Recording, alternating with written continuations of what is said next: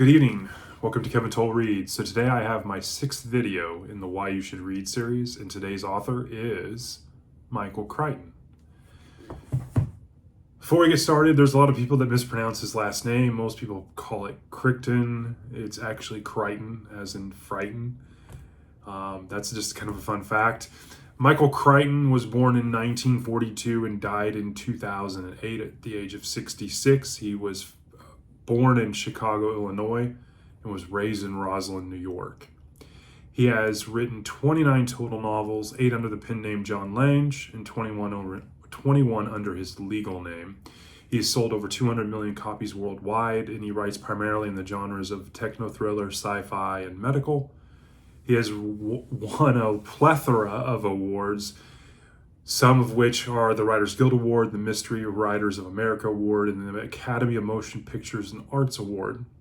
Crichton was a PhD from Harvard, which he graduated in 1969. He had an undergrad in literature, and he always planned to be a writer. He never planned to be a doctor, even though he got his PhD degree from Harvard, which I thought was pretty interesting.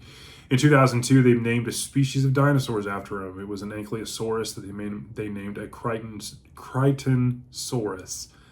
His works were adapted for film. He is actually the 20th highest grossing creator in terms of movie revenue.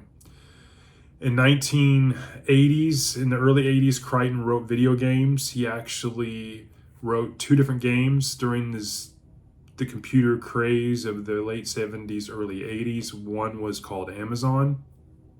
One was called Trillium, and they were both released in the early 80s and sold over 100,000 copies for Atari, Commodore, and Apple II, and those are some blasts from the past. I actually had an Atari. Crichton was an avid proponent against the global warming pandemic crisis craziness that goes on, and in 2005 he spoke in front of and testified in front of Senate about it, and he was pretty lambasted by folks like Al Gore, who wanted to really push the global warming craze. Crichton was actually really, really tall, 6'9", and he actually had some anxiety and did some studies around Eastern medicine calming techniques because he had a lot of anxiety about being so tall. He died due to lymphoma, and after the age of 66, and it was kept very private. He was a very introspective and private person, and that wasn't released until his passing. In 1965, he wrote his first novel under the pen name John Lange, which was Odds On, and Crichton said, in looking back, that he wrote that first novel because he needed groceries and furniture as an undergrad. That novel was published in the following year in 1966. 18 of his 29 novels have been turned into movies, 7 which have spawned from the characters from Jurassic Park and the Lost World. Sphere and Dragon Teeth are actually currently in production to become movies. And there's also been TV adaptations for The Andromeda Strain, and there's some other works in progress. So what makes Crichton a great author? Well, I've read 20 out of his 29 novels. And if you like Blake Crouch, you will dig Michael Crichton a lot. I really think Michael Crichton is kind of like the godfather of sci-fi, where Crouch is his child type thing. But Crichton's plotting, his premises are just absolutely fascinating and captivating. He doesn't get overcomplicated and his science is there and present and researched, but it's not overly done to where you feel like you need a higher level of education to read his stories. I really feel his books are plot and premise driven. They're not character driven, but yet some of the characters you can't help but connect with organically through the story. And so it's kind of interesting, and it takes a really good writer to kind of make that happen to me. He has 4 novels that came out after his passing: Pirate Latitudes, Dragon Teeth, and Micro, and the 4th one being Eruption, which was co-wrote with James Patterson, and is actually something that was released in this past month and is actually in bookstores right now. I found a really cool quote when it came to kind of describing Crichton as an author, and it was, as a pop novelist, he was divine. A Crichton book was a headlong experience driven by a man who was both a natural storyteller and fiendishly clever when it came to verisimilitude. He made you believe that cloning dinosaurs wasn't just over the horizon, but possible tomorrow, maybe even today. And that was quoted in 2008 after his passing by none other than Stephen King. Where to start reading? You can really start anywhere with one caveat. If you're going to read The Lost World, you need to read Jurassic Park first.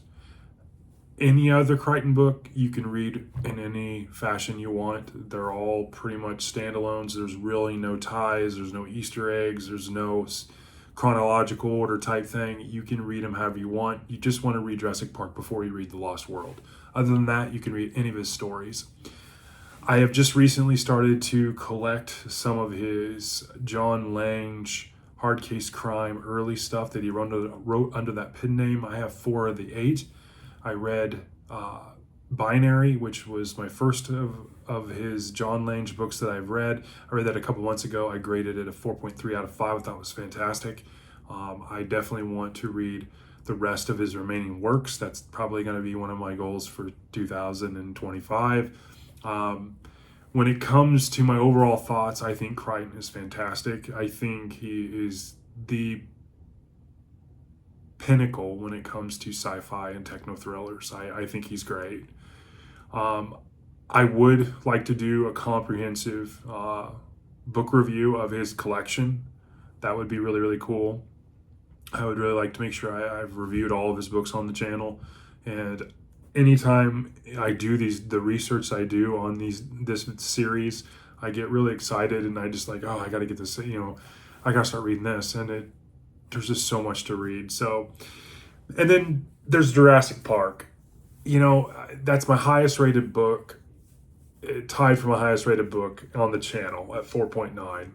And it'll always be kind of one of those just have a special place in my heart because it was the book that launched my reading and enjoyment of reading.